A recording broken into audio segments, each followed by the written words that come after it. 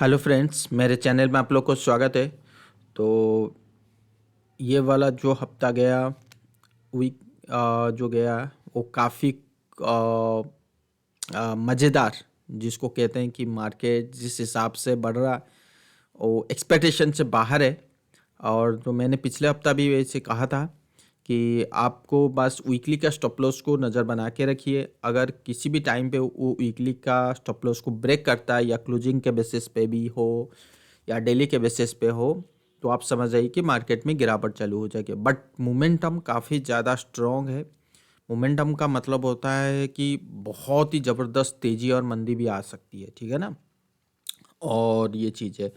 चलिए, आज ज़्यादा टाइम ना लेते हुए कि शुरू करते हैं। और बहुत कोशिश करता हूँ, देखिए अभी तो कुछ ऐसा हुआ ही नहीं जो कि मैं और एक्सपेक्ट चीज़ें के ऊपर नया नया चीज़ें के ऊपर एक्सप्लेनेशन करूँ। बट लेट्स सी, जो एक एक्सपेक्टेशन था कि डॉलर एक बार फॉल होनी चाहिए, वो एग्जैक्टली जो फेड की इंटरेस्ट रेट था। और जैसे ही अनाउंस किए कि हाँ, जो कमिंग 2024 में ईयर में हम 3 रेट कट करने वाले हैं। जब कोई भी चीज़ ऐसे होता है, चाहे वो करे ना करे, बट मार्केट इसको डिस्काउंट करने लग जाता है। डिस्काउंट इन द सेंस कि मार्केट इसको पॉजिटिव लेके चलता है, ठीक है ना। तो ये चीज़ है। तो फिर एकदम से गिरावट आ गई, और यहाँ पे जिस वजह से आ गए। और दूसरी चीज़, अगर मैं टेक्निकल की बात करूँ, प्राइस चार्ट की बात करूँ, तो डॉलर जो 107 से जो फॉल हुआ था ना, वो आज आके ये 102 में आके पहुँच गया है, सिंपल। तो कहने का मतलब ये है कि क्या यहाँ से बाउंस बैक करने की दिखा रहा है। देखिए, वो टेक्निकल वाइज तो यही कह रहा है कि डॉलर किसी भी हाल पे यहाँ पे बाउंस बैक करेगा। और वो बेसिस क्या होगा, कौन सी डाटा के बेसिस पे होगा, आई डोंट नो। हो सकता है इन्फ्लेशन के बेसिस पे हो सकता है। जैसे देखिए, अभी क्या है ना, इन्फ्लेशन जो कंट्रोल में आया है, तो लगता है कि बैंक जो वाले को, फेड वाले को, या हमारे आरबीआई वाले को लगता है कि हाँ, अब टाइम आ गया कि इन्फ्लेशन कंट्रोल हो गया, अब इंटरेस्ट रेट कटने की समय आ गया है। बट अगर पता लगा कि इंटरेस्ट रेट जैसे ही कट हो रहा है, अगर इन्फ्लेशन किसी भी मामले में किसी भी टाइम पे अगर तेजी हो के आता है, देखिए मेरा मानना है कि आने वाले टाइम पे इन्फ्लेशन बढ़ने वाला है। अगर सही मायनों में इन्फ्लेशन बढ़ने वाला है या बढ़ के आएगा, तो नो डाउट दोबारा जो इन लोग बात कर रहे थे कि भाई आगे आने वाले टाइम पे जो इंटरेस्ट रेट कट करेंगे, हो सकता है कि उसके ऊपर और वो सोचें या और टाइम ले। अगर ऐसा कुछ अनाउंस कर दें जनवरी मंथ में, तो फिर तो दिक्कत होगी, ठीक है ना।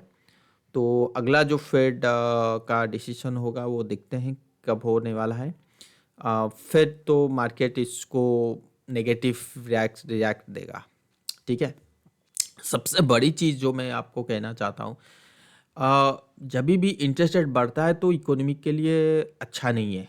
अभी क्या है ना, इतनी मार्केट में लिक्विडिटी होने के बावजूद भी इंटरेस्ट बढ़ा रहे थे। उसके बाद भी लिक्विडिटी था। लिक्विडिटी इसीलिए था, तभी तो मार्केट ऊपर गया, ठीक है। जब लिक्विडिटी हाई नहीं रहता है ना, तो मार्केट ऊपर जाता ही नहीं है। तो लिक्विडिटी किसी का मतलब मार्केट में है। इन्फ्लेशन कूल डाउन हो गया, नो डाउट। और गवर्नमेंट को चाहिए था कि लिक्विडिटी भी कम करें, सो दैट कि आने वाले टाइम पे इन्फ्लेशन के ऊपर ज़्यादा प्रेशर ना हो, इन्फ्लेशन और ना बढ़े, ठीक है ना। बट ऐसा नहीं हुआ, और ये पूरी साल इन्फ्लेशन कब से डाउन हो गया है, बट लिक्विडिटी जो है ना, वो कम होने का नाम नहीं ले रहा है। मतलब और भी लिक्विडिटी है। तो government last at end of the day वो इसको बोलना ही था कि भाई मुझे इंटरेस्ट रेट कट करना पड़ेगा। अगर इंटरेस्ट रेट कट करते हैं तो और लिक्विडिटी आ जाएगी। तो मार्केट में अगर लिक्विडिटी हाई होती है, तो मेरे हिसाब से इन्फ्लेशन बढ़ने वाला है। और ऊपर से इंटरेस्ट रेट कट होगा तो लिक्विडिटी भी हाई है। अगर आप सही मायनों में अगर डाटा भी देखोगे ना, तो इतना तोड़ू फोड़ू डाटा नहीं आ रहा है। मतलब कोई भयंकर डाटा नहीं आ रहा है, ठीक है, सब चल रहा है। तो कुछ ना कुछ तो प्राइस तो पहले से ही भाग चुका है, तो इसीलिए मैं कह रहा था, ठीक है ना। ये चीज़ ध्यान में रखिए, और ये चीज़ आने वाले टाइम पे हो सकता है, लग रहा है मुझे। अब क्वेश्चन ये उठता है कि अच्छा ये यहाँ से डॉलर कहाँ तक जा सकता है। देखिए एक चीज़ मैं बताना चाहूँगा कि अगर मैं वो फिबोनाची वाइज बात करूँ तो जैसे 1.27 का आ गया है, तो अगर मान लो कि ये 1.27 है तो यहाँ से अगर मार्केट चलता है तो ये आता है 1.618 टू 110। तो अगर मैं ये मान के चलता हूँ 110 आने वाले टाइम पे अगर मार्केट आता है और वो 103 से या 102 से, और यहाँ पे देखिए इनसाइडर कैंडल बना के गया है और itself it's a bullish view with bullish divergence, so कहीं और with strong support zone area. तो यहाँ तो कॉन्फिडेंट है ही है कि मार्केट ऊपर उठने वाला है। तो क्वेश्चन ये उठता है कि भाई मार्केट कितना उठेगा, मार्केट मतलब डॉलर कितना उठेगा। तो हमारी जो इक्विटी मार्केट है ना, वो कमोडिटी मार्केट, इक्विटी मार्केट आज इसी टाइम पे ना सबसे ज़्यादा किसी को अगर फोकस करते हैं, सबसे ज़्यादा किसी का व्यू लेते हैं तो वो है यूएस डॉलर। और यूएस डॉलर किस बेसिस पे चलता है, इनका यील्ड कर्व जो होता है उसी के बेसिस पे। अभी जो यील्ड कर्व पर जो डांस कर रहा है ना, वो 20-25 साल से जो चल नहीं रहा था, अब मतलब वो एक्सपेक्टेशन से बाहर हो रही है। तो सही एनालिसिस करना बैंक वालों के लिए, फेड वालों के लिए आसान नहीं हो पा रहा है। चाहे वो फेड की वाले की बात करें, चाहे दूसरे एनालिस्ट की बात करें, तो वो आसान नहीं हो पा रहा है, क्योंकि समय बहुत कुछ बदल चुका है। ठीक है ना, तो ये चीज़ कहना चाहता हूँ। और सही अगर मेरा मानना है कि अगर यहाँ से अगर मार्केट मान लो कि डॉलर यहाँ पे चला गया 110, तो फिर तो कयामत आ जाएगी। ये इंटरेस्ट रेट कितना भी कट कर ले, वो कुछ नहीं फर्क पड़ने वाला। बात इतनी सी बात है। और नो डाउट अगर यहाँ से भी आता है, बाउंस बैक आएगा, नो डाउट 106 105 तक तो ये तो कंपलसरी है ही है। बट क्वेश्चन ये उठता है कि 106 105 में मार्केट क्या होगा। ठीक है, यूएस मार्केट, इंडियन मार्केट क्या होगा। अगर उनको और ख़राब न लगने लगा, नहीं और रिसेशन होने वाला है, तो फिर तो भाई साहब ये तो 110 ही चला जाएगा। ठीक है, उसके बाद ही कुछ हो पाएगा, उससे पहले नहीं। तो ये मुझे डॉलर में क्लियर कट व्यू दिख रहा है।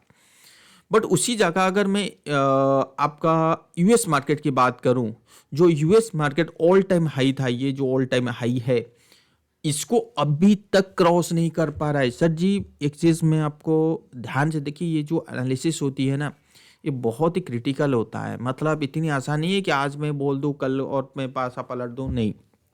ठीक है, बट हमारी मार्केट देखो, दिसंबर 2021 में जो टॉप बनाया था ना हमारी मार्केट, उससे ऊपर चल रहा है। बट यूएस मार्केट अभी तक इनकी एक इंडेक्स नहीं दिखा रहा है, S&P 500। डाउ जोन्स देखोगे तो recently touch the all time high, तो देखिए ठीक है। और नास्डैक जो देखोगे वो भी ऑल टाइम हाई के आसपास है। तो कहने का ये मतलब है, ये जो ट्रेंड यहाँ से कंटिन्यू हुआ था ना, चाहे वो S&P बात करे, चाहे वो डाउ जोन्स की बात करे, तो कुल मिला के तो पहले से ही मैंने कह दिया हूँ कि भाई कुछ तो गड़बड़ी है, you have to be careful, simple. Okay, और इसके ऊपर मैं बार बार बोल नहीं पाऊंगा, but because this is the very momentum, high momentum area हुआ है। जब आपकी प्राइस 90 डिग्री आ रहा है और आपकी RSI इट्स एबव द 80, सो आप समझ जाओ कि भाई ये this is also a momentum area. So momentum जो एरिया में शार्प राइजिंग ट्रेंड देखने की मिल सकता है और शार्प फॉल भी मिल सकता है। दोनों की चांसेस बहुत ही ज़्यादा है। पिछला वीडियो जिसने नहीं देखा वो जाके देख लीजिए। तो इसमें क्या करना है, सिंपल, कुछ नहीं करना है, वीकली का स्टॉप लॉस लेके बैठे रहिए, सिंपल। और मनी मैनेजमेंट को फॉलो कीजिए। ठीक है, अब उसके ऊपर मैं ज़्यादा बोल नहीं पाऊंगा, मनी मैनेजमेंट के ऊपर। ठीक है ना, यहाँ पे देखिए इसकी लो सबसे बड़ी इम्पोर्टेंट आएगी, इम्पोर्टेंट है। चलिए इसकी लो को मैं ले लेता हूँ 36-30। ठीक है, हर चीज़, चाहे यूएस मार्केट की लो लीजिए, चाहे इंडियन मार्केट की लो लीजिए, वीकली का लो बहुत ही ज़्यादा इम्पोर्टेंट रहेगा। 36-30, 36-30। ठीक है, हो गया। अब इसी के नीचे नीचे सिंपल, इससे और सिंपल एनालिसिस कहीं नहीं मिलेगा। इसके नीचे नीचे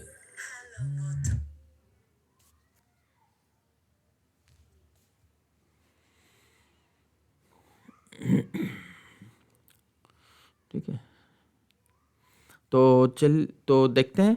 तो अभी इसके बाद हम लोग डाउ जोन्स हो गया, अभी S&P देखेंगे। तो S&P में इसके लो क्या है वो भी देख ले भाई। ये जब हायर हाई बना के जाता है ना तो बहुत ही बुरा होता है अगर इस लो को तोड़ देता है तो, ठीक है ना। इसके लोग तो आप बोलोगे यार इतना, यही तो बात है, ये 90 डिग्री है भाई साहब, गिरेगा तो भयंकर गिरेगा, ट्रैप होगी।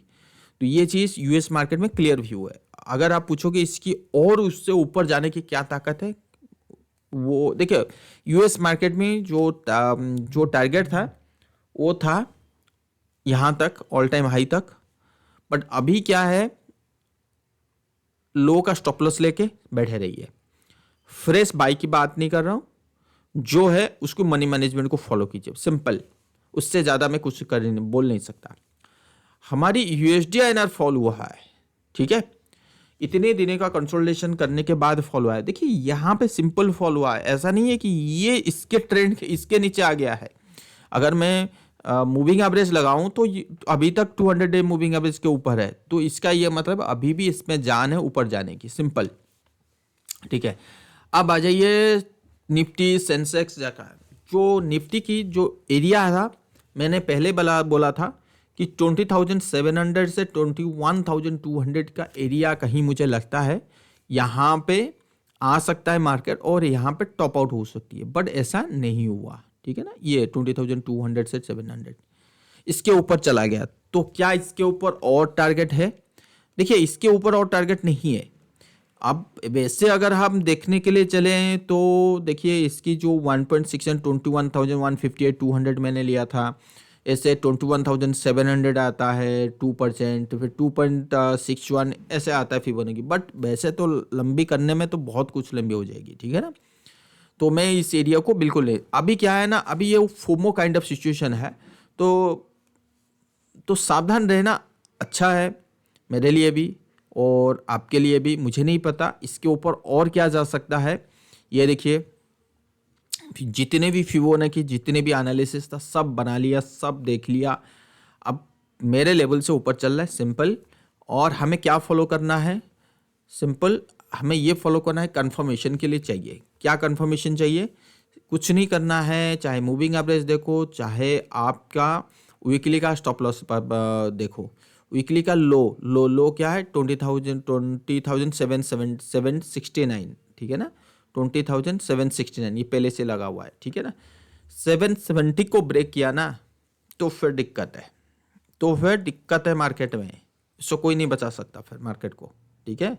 ये इतना ध्यान में रख लीजिए। अभी इसके ऊपर कितना जा रहा है अब मैं बोल नहीं पाऊंगा कि मैं कोई नहीं। अभी यहाँ पे RSI कहाँ है? 84। ओवर वॉट नहीं है, ओवर वॉट है, ठीक है। मोमेंटम भी हाई है। अगर मैं उस चीज़ को वीकली में चलूँ तो देखिए जब भी RSI इसी रेंज में आया है ना, फॉल आया है। देखिए मैंने क्रॉसर रखा ना यहाँ पे, तो इस एरिया को मैंने टच कर रही है, इस एरिया को, तो आपको समझ में आ जाएगा कि मैं क्या आपको बोलने वाला हूँ। एक मिनट है,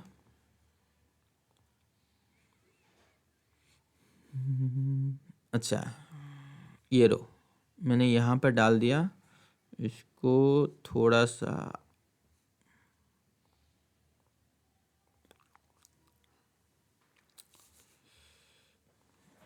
ठीक है। ये देखो मैंने बना लिया ये इसको। जब RSI, इसको लेते हैं लॉक चार्ट, ठीक है ना। पीछे का डाटा ना लेंगे, पीछे का अगर लेना है तो ले लीजिए, ठीक है, कोई दिक्कत नहीं। यहाँ पे देखिए टॉप बना, गिरा मार्केट। यहाँ पे भी टॉप बना, मतलब टॉप इन द सेंस क्या है, 80 के आसपास आ गया था, ठीक है ना। RSI की वैल्यू दिखा रहा हूँ। यहाँ पे आया तो फिर मार्केट एकदम से सेलिंग आई, ठीक है। आप पूछोगे तो इसके यहाँ पे देखिए 80 के नीचे, तो यहाँ पे देखिए ये देखिए शार्प कंसोलिडेशन करा था, फिर मोमेंटम लूज हुआ, तो फाइनली यहाँ से गिरावट आया, ठीक है ना। तो ये चीज़ है। उसके बाद आपका यहाँ से यहाँ पे देखिए पर्टिकुलरली इस एरिया में इस एरिया में था, बट यहाँ से कितना गया 13,969 से मार्केट गया था 15,400,969, मतलब 14,000 से 15,000, मतलब 1,500 पॉइंट तेजी हुआ। उसके बाद फिर मार्केट में ये वीकली चार्ट है, मार्केट में काफ़ी दिन का करेक्शन आया, मतलब आपको बड़ी वाली करेक्शन नहीं आया, फरवरी से लेके अप्रैल तक आया, ठीक है ना। उसके बाद आपका यहाँ पे देखिए ये टॉप में था इस एरिया में, और देखिए कितना बड़ा करेक्शन आया। तो आपके दिमाग में आ सकता है कि हाँ यहाँ पे आपका ये देखो यहाँ पे कितना बड़ा करेक्शन, यहाँ पे देखो कितना बड़ा करेक्शन, यहाँ पे कितना बड़ा करेक्शन। तो कहीं कहीं बड़ा करेक्शन आता है, कहीं छोटा करेक्शन आता है, छोटा काइंड ऑफ प्रॉफिट बुकिंग आता है। तो कैसे पता करें? सब चीज़ जो पता होती है ना वो मार्केट, वो चीज़ ना आपको बाकी सारे चीज़ को मिला के, वो जैसे यूएस मार्केट, डॉलर, ये सब मिलाओगे तो पता लग जाता है कि कितना बड़ा फॉल आ सकता है। यहाँ पे देखो ये आया तो मार्केट में यहाँ से काफ़ी बड़ा करेक्शन जुलाई से लेके अक्टूबर तक, ठीक है ना। अब अभी यहाँ पे आए, अभी यहाँ से 1,500 पॉइंट इस बार ऊपर हो सकता है कि 22,000 आ जाए, हो सकता है कि 22,500 हो जाए, I don't know. But level मतलब टेक्निकल यही कह रहा है कि केयरफुल रहिए, बाकी देखते हैं क्या क्या हो सकता है क्या नहीं, ठीक है। तो चीज़ों को देखते हैं। उसके बाद फिर ये चीज़ मैंने आपको दिखा दिया आरएसआई के बेसिस पे, ठीक है। और रहा अगर मैं बैंक निफ्टी की बात करूं, तो बैंक निफ्टी में चीज़ें क्या है कि ये जो 1.618 का है 49,000, तो यहाँ तक आ सकते हो, उसके बाद गिरावट। देखिए कुल मिला के यही है, वीकली का लो लीजिए, इसके ऊपर मैं ज़्यादा कुछ बोलूँगा नहीं। और बाकी अगर मैं बाकी इंडेक्स की बात करूँ ना, वो इतनी ओवरबॉट सिचुएशन में है, चाहे वो 500 बात करो, चाहे वो मिड कैप बात करो। मिड कैप में देखिए अभी बड़ी वाली डाइवर्जेंस आ चुकी है, मतलब आपकी वीकली चार्ट में बड़ी वाली डाइवर्जेंस आप समझ सकते हो कि बड़ी वाली मिड कैप स्मॉल कैप में डाइवर्जेंस आने का मतलब क्या है, वो भी 80-90 के लेवल पे। तो बस इतना ही आपको समझ लीजिए। अभी आईटी का, हाँ एक चीज़ जो मेरे हाथ से छूट गया था वो आईटी है। आईटी क्या है ना, काफ़ी ज़्यादा कन्फ्यूजन हुआ था कि यहाँ पे लगा था कि मुझे मार्केट में यू टर्न हो जाएगा, बट जिस बेसिस पे आईटी में तेज़ी आया है उस बेसिस पे 1.618 निकाल दिया मैंने। अब ठीक है, यहाँ से कितना गिरता है लेट्स सी, वो चीज़ है। ऑयल एंड गैस में जो तेज़ी था ये देखिए फ्रेश तेज़ी था। अब ऑयल एंड गैस में और थोड़ा बहुत मोमेंटम है। तो बाकी जितना भी मैं देखने की कोशिश करूं तो हर जगह तो एक हफ्ते पहले जहां पे मैं जो चीज़ बता रहा था वो चीज़ आज भी बोल रहा हूं। यहाँ पे देखिए जो क्रूड ऑयल है, तो क्रूड ऑयल में तेज़ी आने की चांसेस ज़्यादा है, और क्रूड ऑयल में अगर तेज़ी आता है तो इन्फ्लेशन के ऊपर प्रेशर आएगा, इन्फ्लेशन बढ़ेगा, चाहे वो इंडियन मार्केट हो चाहे यूएस मार्केट हो, सारे मार्केट में। और कॉपर, जो कॉपर की बात, मेटल सेक्टर हो सकता है कि यहाँ से और ये 4 तक आए, but ultimately you will see kind of selling pressure high level. जो गोल्ड और सिल्वर की अगर मैं बात करूँ तो ध्यान में दीजिए, यहाँ से जो एकदम से फॉल आया है ना, उसके बाद ये कंसोलिडेशन हुआ, उसके बाद जो डॉलर में स्ट्रांग हो रहा है ना, तो गोल्ड ये कहने की कोशिश कर रहा है यहाँ पे जो भी तेजी आ रहा है आपको निकलना है, सिंपल सेल। मतलब आप मेरे कहने पे अगर आपने बाई कर रखे हैं, तो अगर आपको अभी प्रॉफिट नहीं भी हो रहा है, 1% का प्रॉफिट हो रहा है, तो भी निकल जाइए, कोई दिक्कत नहीं, विल सी लेटर। क्योंकि लग रहा है कि जिस बेसिस पे गोल्ड डांस कर रहा है कि यहाँ से काफ़ी ज़्यादा नीचे आने की संभावना है, तो बेटर है कि यहाँ पे इफ एंड बट सिचुएशन में ना रह के अगर हम नीचे में अगर देखें बाई करने के लिए, तो फिर तो अच्छा है मेरे हिसाब से, चाहे वो गोल्ड की बात करूँ चाहे वो सिल्वर की बात करूँ। तो फिलहाल तो ऐसे ही देखिए, सिल्वर यही दिख रहा है कि यहाँ वो ऊपर तो जाएगा। देखिए ऊपर जाना शुरू हुआ है, अभी जैसे जैसे ऊपर जाता है तो आपको सेल कीजिए और नीचे को देखने के लिए मिलेगा, ठीक है ना। तो गोल्ड सिल्वर में आई होप कि आपको ज़्यादा प्रॉफिट तो नहीं, बीच में प्रॉफिट अच्छा वाला आया था बट उसके बाद नहीं आया, लेट्स सी देखिए, ठीक है।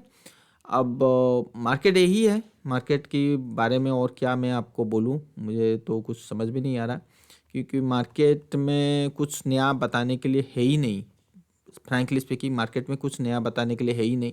जैसे एसबीआई में फ्रेश ब्रेकआउट हुआ है, तो एसबीआई में देखिए फ्रेश ब्रेकआउट, तो मैं मानता हूँ कि जब आपकी मार्केट में थोड़ी सी मतलब कंफर्टेबल नहीं है, तो यहाँ पे थोड़ा सा फिर भी ये मोमेंटम तो बुल है ही है एसबीआई में। फिर भी you have to put stop loss, जैसे कि यहाँ पे स्टॉप लॉस मैंने पिछली बार दिया था कि 645 के आसपास चल रहा था, मैंने कहा 620 का क्लियर कट स्टॉप लॉस लगा के इसको बाई कर सकते हो, क्योंकि मोमेंटम जब मोमेंटम का मज़ा है तो 680 700 तक आ सकता है, तो उसका भी ले सकते हो। और अल्टीमेटली सेलिंग तो हर जगह मुझे दिख रही है, पता नहीं मैं ठीक हूँ गलत हूँ, वो बाद में पता लगेगा, ठीक है ना। और नेशनल एल्यूमिनियम जितने भी ये सब बढ़िया वाला तेजी हुआ, ये मेरे हाथ से छूट गया था। पीएफसी आरएसी में बहुत ही एक्सलेंट रिटर्न मिला है, एक्सलेंट रिटर्न। तो लेट्स सी क्या होता है, ठीक है ना। और क्या मैं बोलूँ, बाकी वही चीज़ देखते हैं क्या हो सकता है। हाँ, मेरा जो ओवेनर है वो जनवरी मंथ में शुरू हो रही है, तो जिन लोग इंटरेस्टेड हैं तो मैसेज जल्दी कीजिए, उसी के बेसिस पे फिर प्लानिंग हो जाएगी। हो सकता है कि लेट हो, शायद मैं ना लूँ, तो जितना जल्दी हो सके मैसेज कीजिए पर्सनल में, ठीक है ना। Okay then, thank you so much.